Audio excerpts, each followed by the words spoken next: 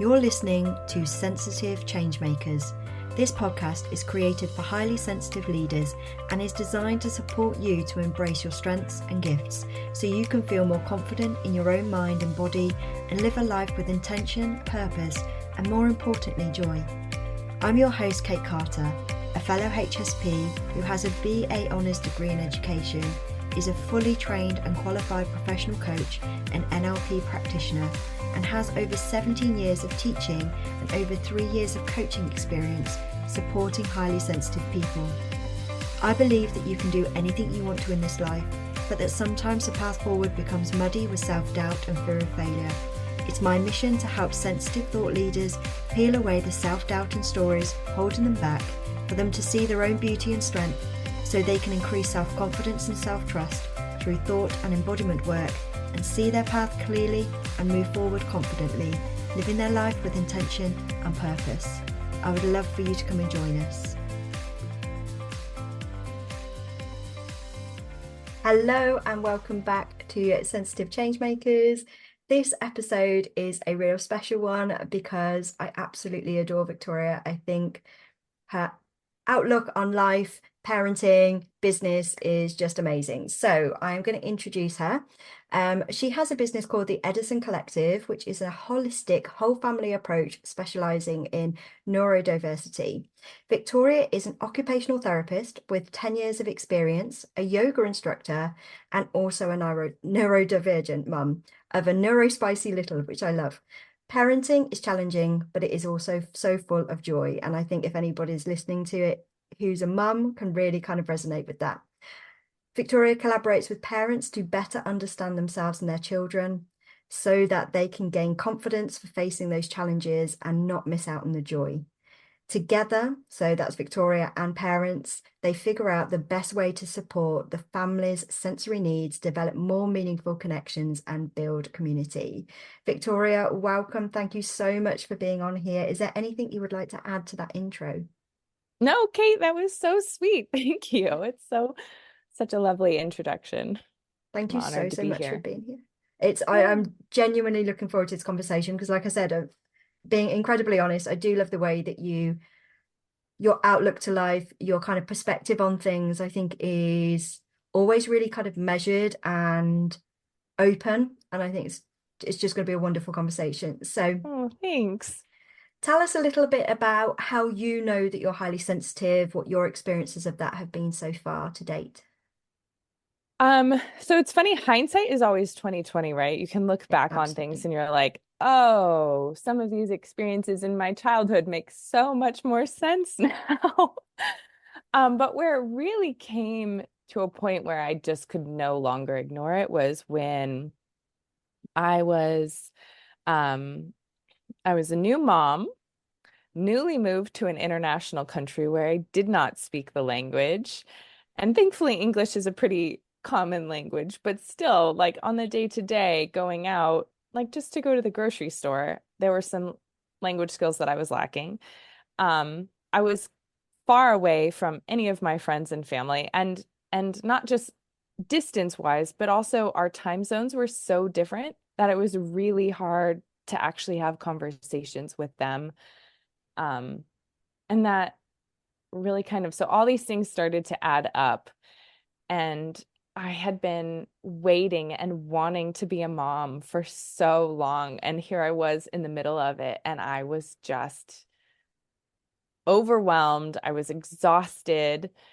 And I just was really frustrated because this is not at all what I wanted or what I expected it to be, or why is it so hard? Like, I'm really good with kids. I love working with kids. I've been doing this, and yet I'm falling apart taking care of my own child. And I just felt like, that feeling you get when it's like that nails on a chalkboard and you just like your spine just cringes and stuff. I just felt like that all the time. I could not calm down. And I remember rocking my daughter to sleep because she was also very high needs, obviously, because she's playing off of me. And I was holding her because that was the only way she would sleep was on me. And so I'm holding her in her rocking chair, trying to get her to go down for a nap. And I just was trying to relax so that she could relax because I could feel how tense she was. And I was like, something, something is going on here more. And so that was when I kind of had this pause moment and kind of looked back and I realized like I was acting similar to a lot of the kids that I had worked with as an occupational therapist. Like my sensory system was just in this high alert phase so that like even when I wasn't holding my daughter, I was hearing her cry all the time. So I couldn't ever like lay down and go to sleep because I kept hearing her crying, even when she wasn't crying and she was laying right next to me or something. And just little things like taking the dog for a walk would just make me feel so frustrated. And it was like, okay, these are things, there's something so much more going on here. And I really needed to take. So I started really noticing those things and started giving my own sensory system some love and taking more time for myself to do things and figuring out how to do that while having a 6-month-old. And then kind of that was that pivot point that kind of changed things. So that was really helpful. But that was where it all kind of came to that climax of like, oh my gosh, like simple daily things are just too much right now. And why is it so hard to just brush my teeth? I can resonate with that, definitely.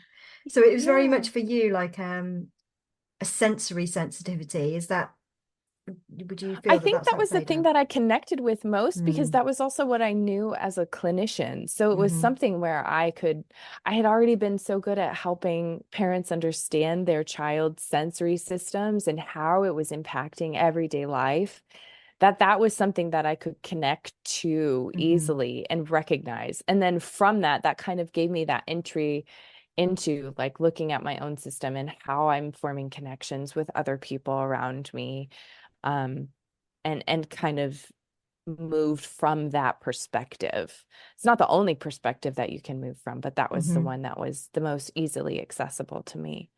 Makes perfect sense. Yeah. And how, because I know I would love to talk a little bit about your business because I think it really encompasses all of that together, the sensory kind of experience, the highly sensitive.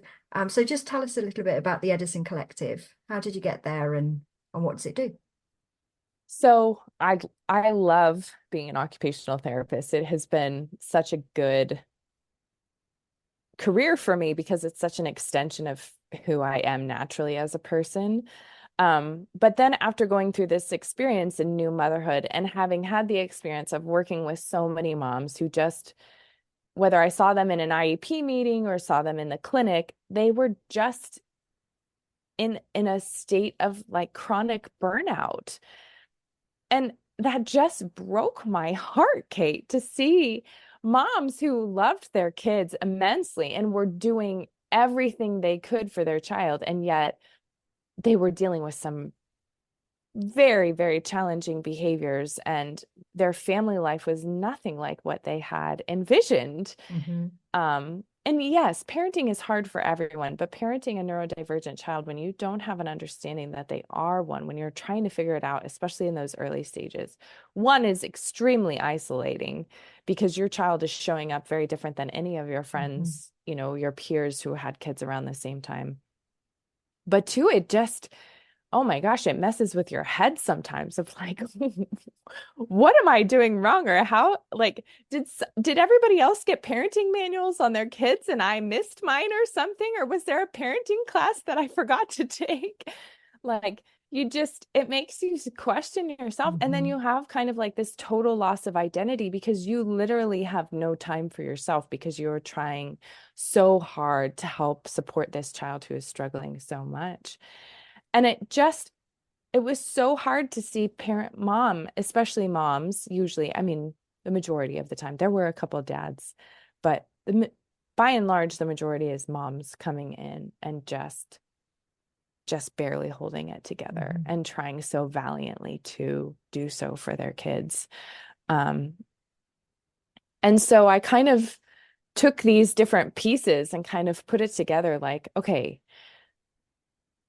Also, the other thing that kind of was the cherry on top was, well, not necessarily a cherry, but I was diagnosed with an autoimmune disease during my pregnancy. And so coming out of postpartum and trying to manage like energy levels and my immune system and all of this, like I knew I didn't have the energy to go back to full-time work in the way that I had before. And now I had this little one at home that I deeply loved and wanted to be a part of. And it was like, why would I wasn't in a place where I was ready to put her in daycare to go work with other Mhm. children.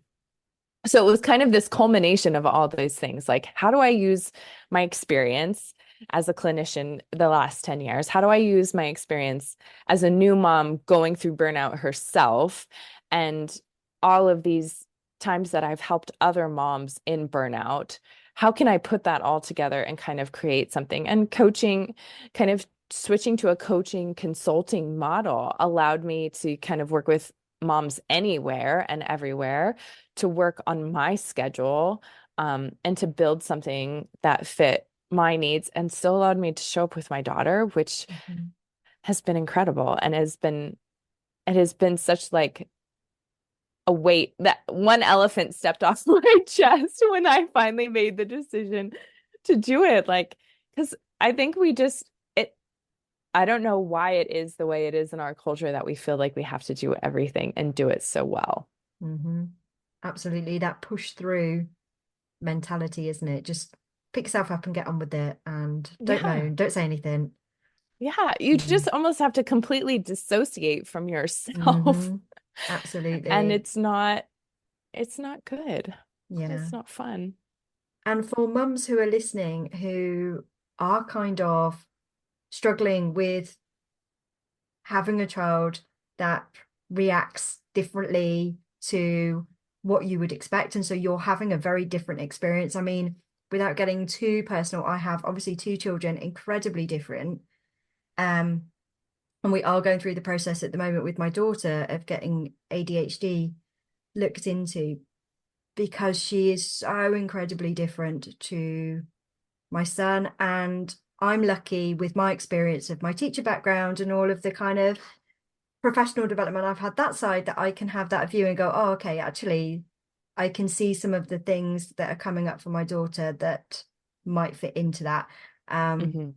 and I can absolutely see that. And what I really would love your take on is I feel quite lucky that I have quite a large amount of knowledge on how to deal with these things. And even I, at times, my response is frustration and anger because Hmm. I not necessarily directed at her because I just don't know how to deal with the Yeah. situation.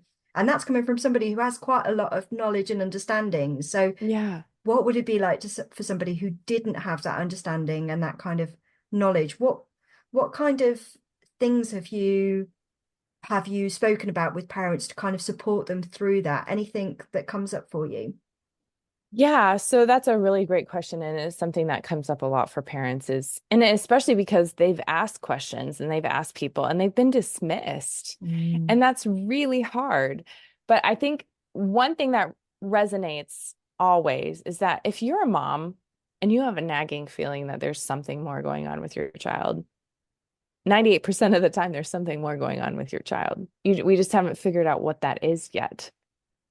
And so I think really pausing in those moments so that you can get ahead of the anger is really helpful and acknowledging like this is really hard Hmm. and that's okay and giving yourself that grace because the thing is like you need bigger margins than anyone and you have the least margin of anyone um and so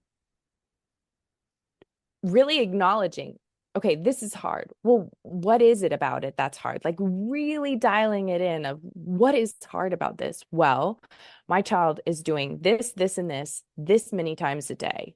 Okay, well, that gives a provider, that gives somebody else something to work with to identify. Um, and sometimes it's so hard to articulate that as parents. Like when a parent comes into the clinic, and they're like, my child is having meltdowns all the time. Okay, well, what does that actually mean? Like, does that mean 3 times a day, 4 times a day? Because nobody can live in a meltdown state Hmm. constantly. You're coming in and out of it and in and out of it. So what does that actually mean? Like being very specific, and it's hard to do that because you really have to stop and reflect and kind of sit with it. And it's uncomfortable. Like, and it feels like you're betraying your kid a little bit sometimes when you're picking out these things that they're struggling with. Like maybe I'm making it out to be something bigger than it is. Mm. Um, Yes. Yeah, absolutely. Just pausing there and saying that, because I think that's something I've been through. So I would imagine quite a lot of other parents have been through. It's very much like, am I making a mountain out of a molehill? Am I oh my making this gosh, I think bigger we than it should gaslight be? ourselves more than anyone else first. Like I have done that to myself when I was going through burnout. And then as my daughter's growing up too, like I'm like, take that lens off. Just let her be a good little girl. Just let her play. Just let her do her thing. Like, don't go there. But then at the same time, always holding space that, well, what if she is? Then Mm. how can I create a space where she can thrive with this? Like, how do I give her more support so she doesn't have to struggle so much that we don't get to a place of burnout Mm. before we do something? Yeah. And do So, you find as well, this is just intrigue from me, yeah, that your emotions as the parent gets reflected in the child? So, for example, this is completely open and honest here. As I was yeah. saying before, frustration. So my daughter today, huge, fantastic example, had a huge meltdown today because her shoes didn't feel right. So she was Mm, putting the shoes on, don't feel right, taking them off, yeah. throwing them across the room, trying again, putting them on, don't feel right. And we had this, lasted about 25 minutes, half an hour. And Hmm. so I'm trying to keep calm and kind of talk her through it, but I can feel that my frustration and anger is kind of, it's not at the forefront, but it is seeping into the way that I'm Yeah. talking, perhaps. And so her reaction is very anger, frustration. I just wondered if you see that quite Oh often, no, like kids are with total her. mirrors for us. They're just walking around holding up little mirrors to us sometimes of like, oh, um, and I think the way that traditional parenting goes sometimes, we we get frustrated and reinforce that without Mhm. realizing.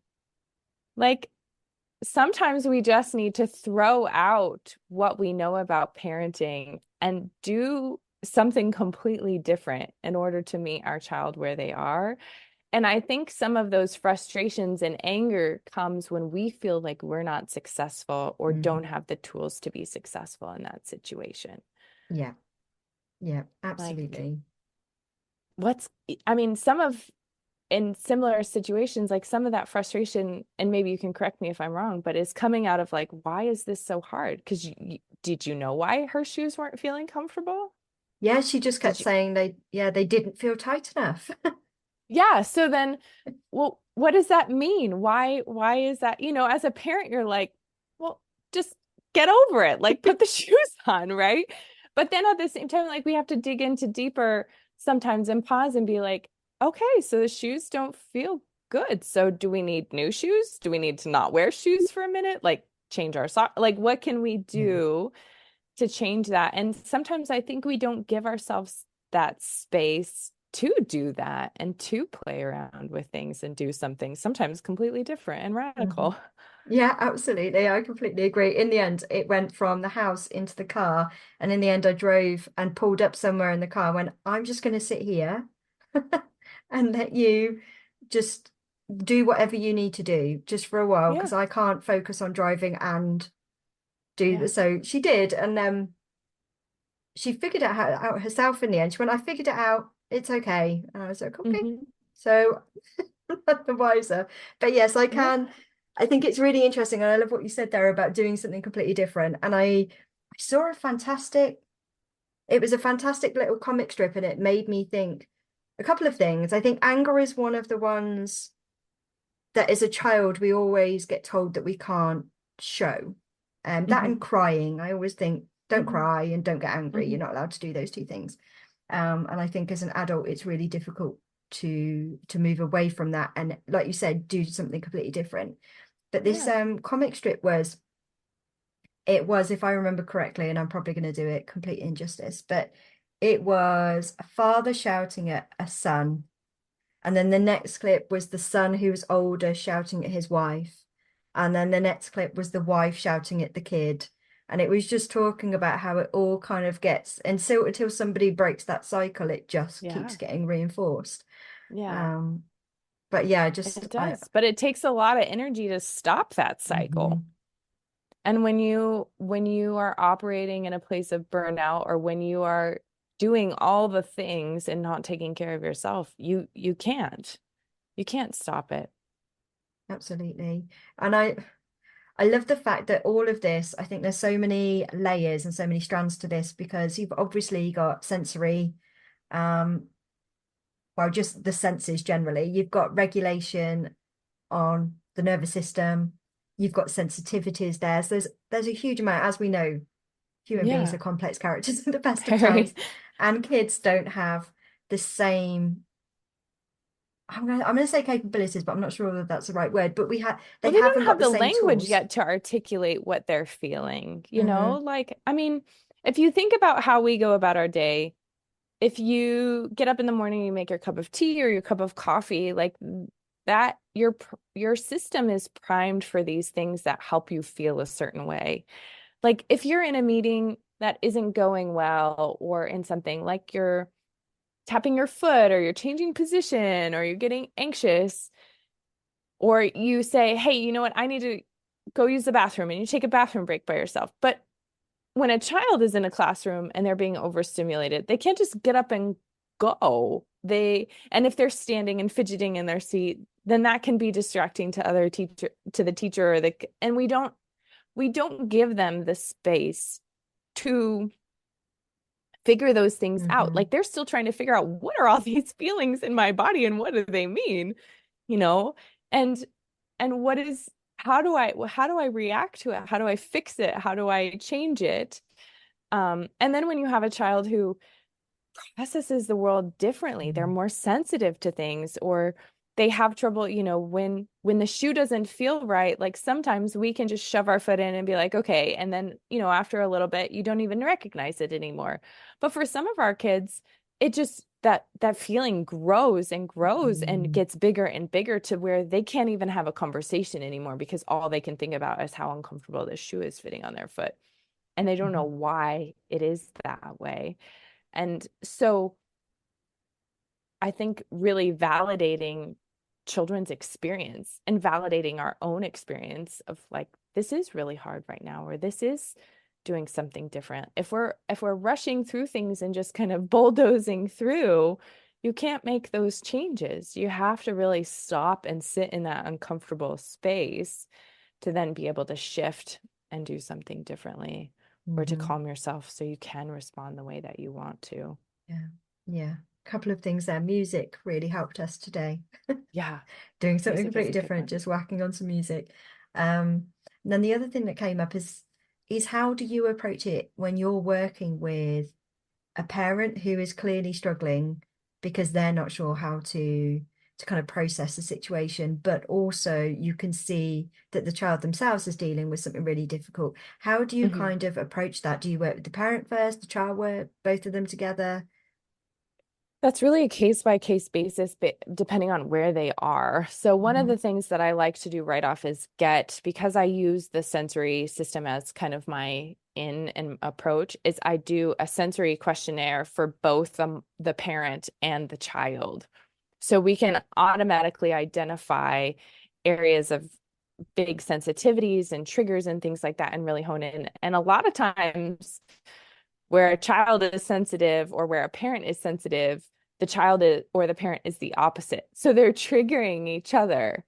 And sometimes just having that knowledge of, oh, my child is really sensitive to sounds. And when it's my goal to, like, sit together at dinner as a family, but the chewing and the clicking of the utensils on the plates and stuff is really triggering for them, they're challenging my need for connection and what I expect our family to look like.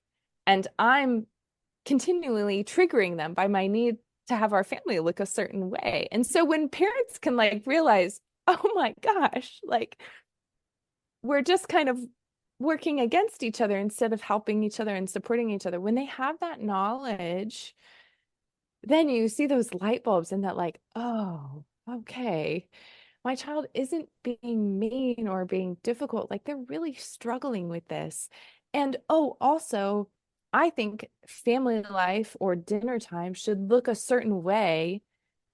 Why do I think that? Like, why is that how I'm measuring my success? And looking at our metrics for how we measure our kids and how we measure ourselves kind of is really helpful. And I think when you can get kind of that big view of it and then kind of dissect things and go, oh, okay, now I understand in your decoding. It's like suddenly you're speaking the same language to each other again. Um, and it just takes a lot off of a parent because they're trying so hard to do something and to create this connection and this meaningful experience for their family. And everything they try is making it worse. And so when they understand that it's something so simple as your child has a very sensitive auditory system, how do we support that? And giving them ideas and strategies, then it's not personal anymore. And I think we're quick to take things personal sometimes Mm, too, which makes it hard. yeah. So kind Yeah. of taking that step back and look at things Yeah. more It's not your objectively. parenting. It's not how you're doing things. Like, it's not, you're not doing anything wrong. It's just, it's not well matched. And Mm, trying to find that connection between the parent and the child, when that happens and you see them just start to like thrive and open up to each other, it's like one of the most beautiful things. yeah. And I think a lot of listeners, if they're listening to this, generally relate to being highly sensitive. So I think most of them can think back to a time when they were younger and they were really struggling with something. Maybe it was a sensory experience, maybe it was overwhelm in terms of thought processes or things like Yeah. that. But I'm sure that they can resonate with that. And sometimes that can help as well to kind of put on your kid hat rather than your adult hat. Yeah. Yeah. Yeah, and I think too, like I can think of some of those examples in my own life. Like I didn't know what I was actually looking for. Like I couldn't say like, hey, I needed an hour to myself to Mm. just go play or read a book completely alone. I didn't have the words or feel like I could say that as a child. And looking back now, I'm like, oh, I have always had a strong need for solitude. Yeah, me too. But but it's just like you don't know those things. And if you aren't seeing that modeled or your parents doing that too and modeling for themselves, then you don't even think that that's an option for you as a child. Mhm. I Yeah. mean, I remember how comical it was. One day I was in college and people were going to a concert, and I always felt so compelled to go with people. Like those are supposed to be really fun things, but I really hated concerts. Like I found them to be so overwhelming and I did not like them. And one of the people in the group was like, "No, concerts are not my thing. I'll just buy the CD and listen to it on my own." And I was like, the Hallelujah chorus was going off. I was like, I didn't even know I could say that. Like that sounds wonderful. That's the party that I want to be at. I can completely, I'm laughing along because I know, I mean, I've been with my husband for over 20 years. Um, and he knows me. I think in a way, he's mirrored things to me that I didn't see in myself, but he's seen in me before I've realized, if that makes sense. So Yeah. years before I realized I was highly sensitive, he was saying things like, well, I really want to go to this gig, but that's not for you, is it?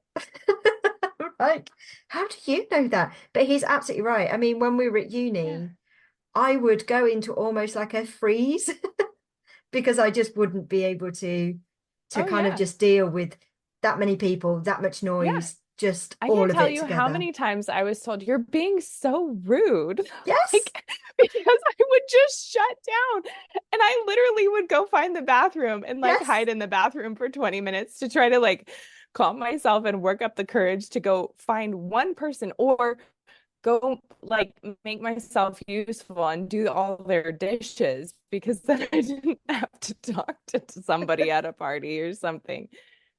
Absolutely. I completely and Yeah. utterly resonate with that. And Yeah. even now, even I'm 42 now, and I think just it's still things are still clicking into place. And I think just as I'm getting older, Yeah. I don't mind as often now saying, no, I really that is not my scene. Whereas even 10, 15 years ago, I probably wouldn't have said that. I would have gone Yeah. along with it anyway. Yeah. And we're expecting kids to kind of be there, and yet me personally, from my person, I'm not there yet. And I'm still Yeah. sort of doing Yeah. strange things where I'm like, I really didn't want to do that. Why Yeah. did I do that? Yeah. So Yeah. It is. I think we ask a lot of our kids emotionally. We ask absolutely. them to do a lot of things that they're just not ready for. Mm.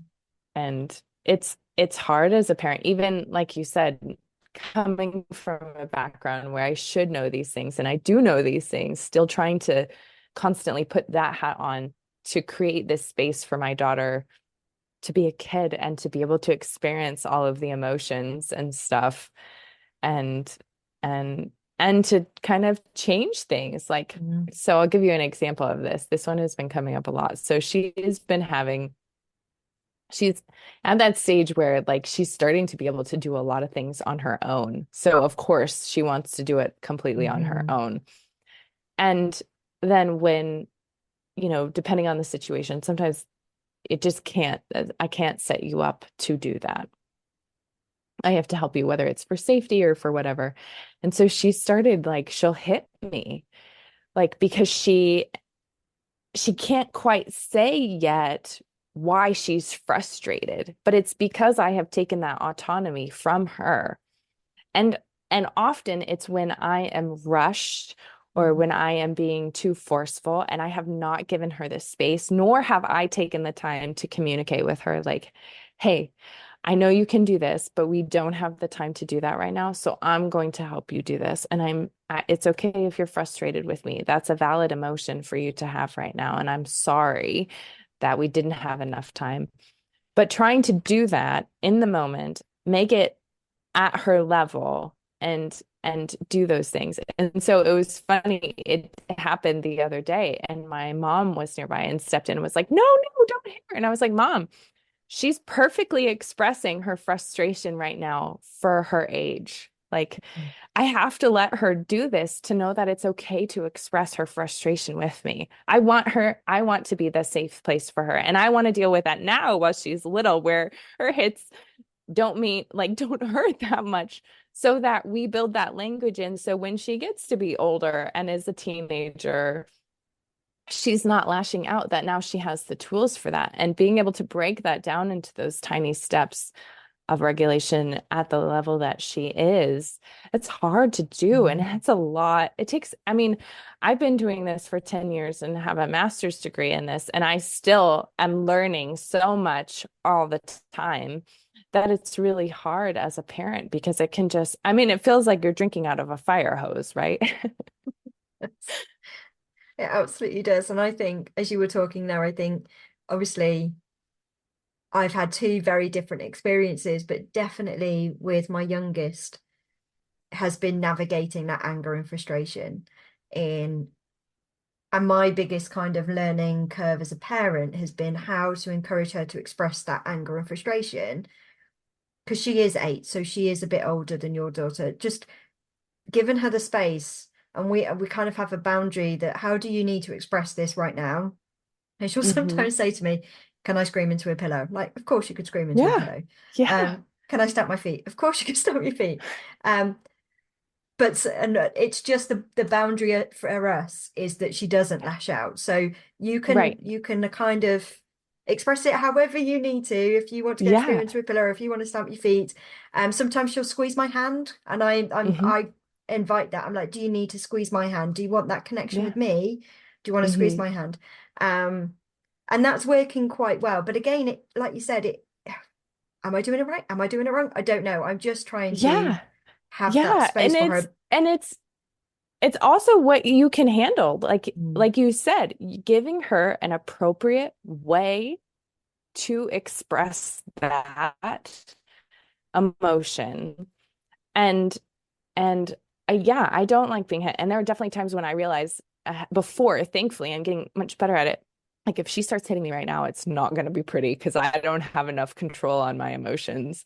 So what can I do in channeling that before we get to that place? So we actually have been doing, we do a lot of songs with movement. That's really helpful for her right now.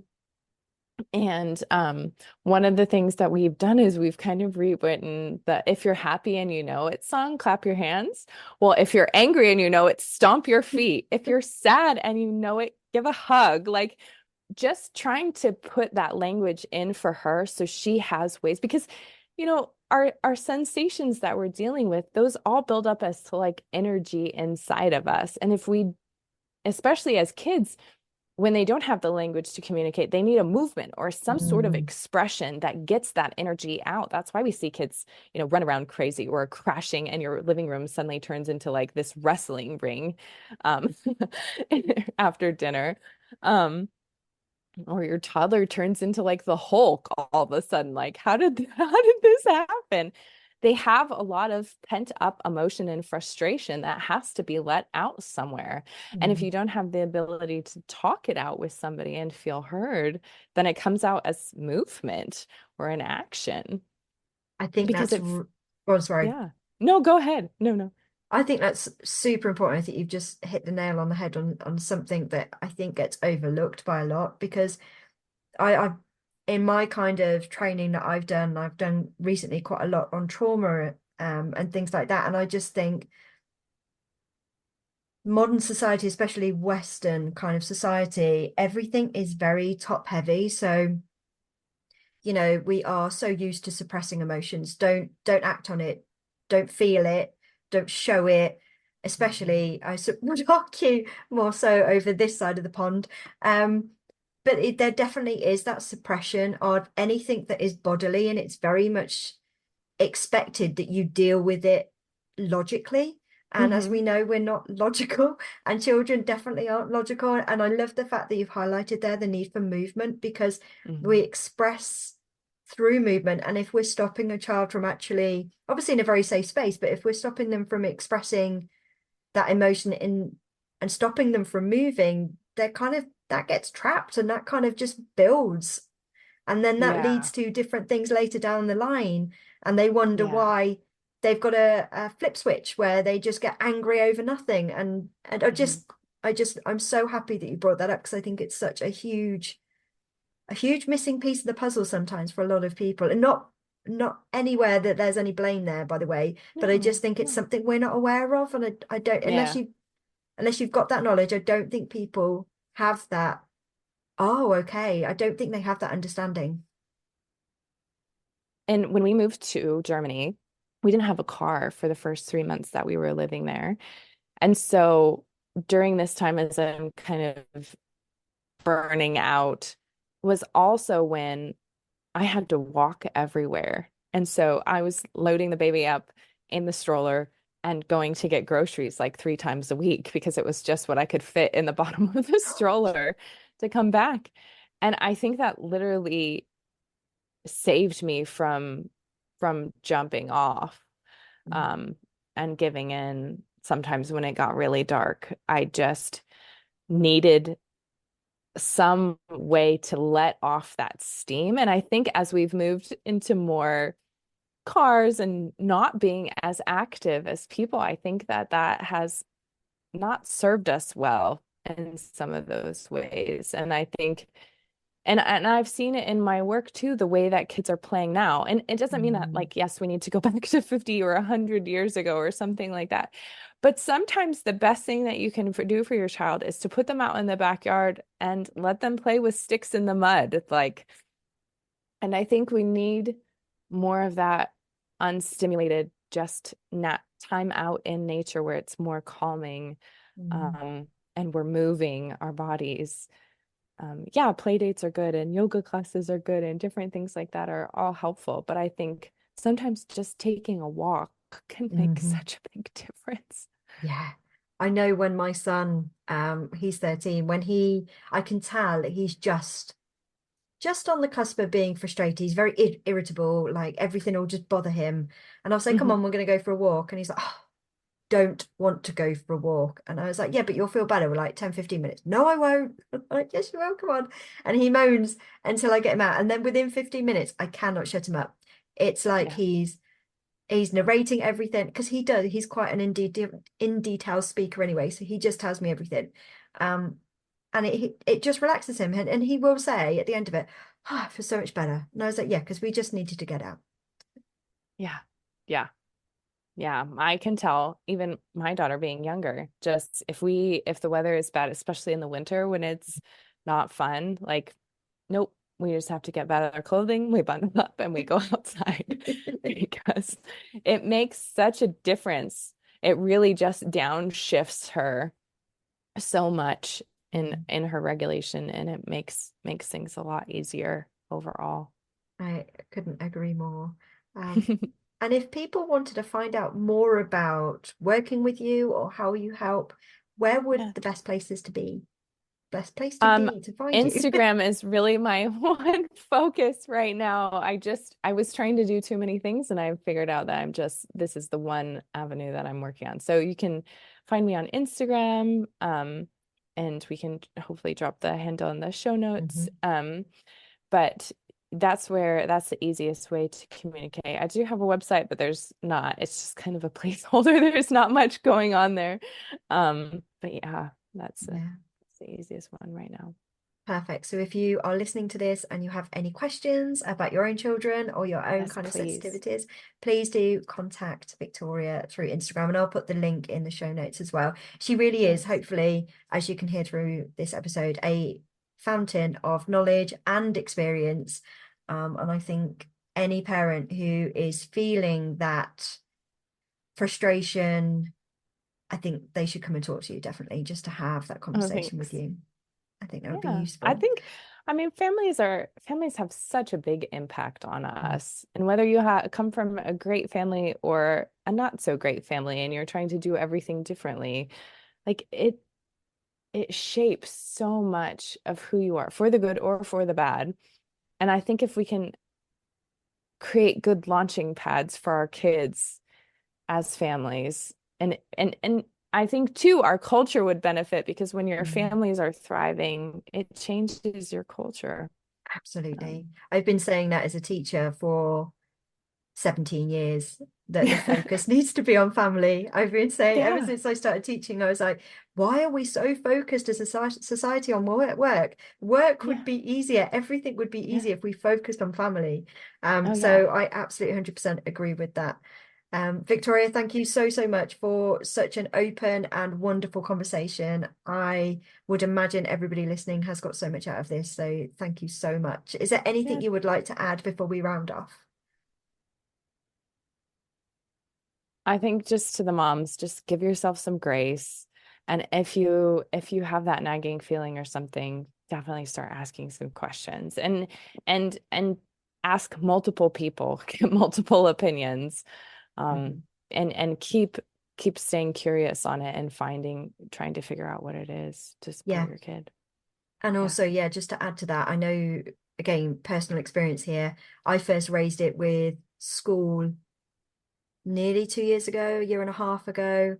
Um, and they put it down to maturity. And I came back to it this year and I was like, Yeah. no, I'm still not happy. I still think there's something Yep. there. So I think it is just expecting those knockbacks every so often, but not Yeah. stopping you from just getting curious, because I am the least confrontational person ever. I hate confrontation. Um, so you don't have to do it in a loud, aggressive way, but just keep No. asking those questions, just keep Yeah. investigating.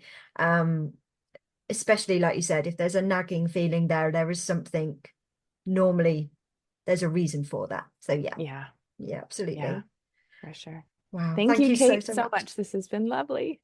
Thank you so, so much. And everyone listening, like I said, please, please, please do go and show Victoria some love. Her reels and the information that she produces on Instagram is fantastic. So please do go and take the time. And like I said, if you've got any questions for her, please do go and ask. And I'll be back next week with another episode. Bye. Thank you so much for listening to this week's episode. If you have any takeaways or any questions, please do reach out to me either through Instagram, LinkedIn or Facebook at Kate Carter Coaching, or you can email me at kate@katecarter.co.uk. I always love to hear your feedback and the things that you have taken from the podcast. If you know of any other highly sensitive people, then please do share this so that I can reach more and support more highly sensitive people to embrace their strengths and gifts. As a thank you, I will pick a winner every month for a free 50-minute coaching session with me. Thank you so much.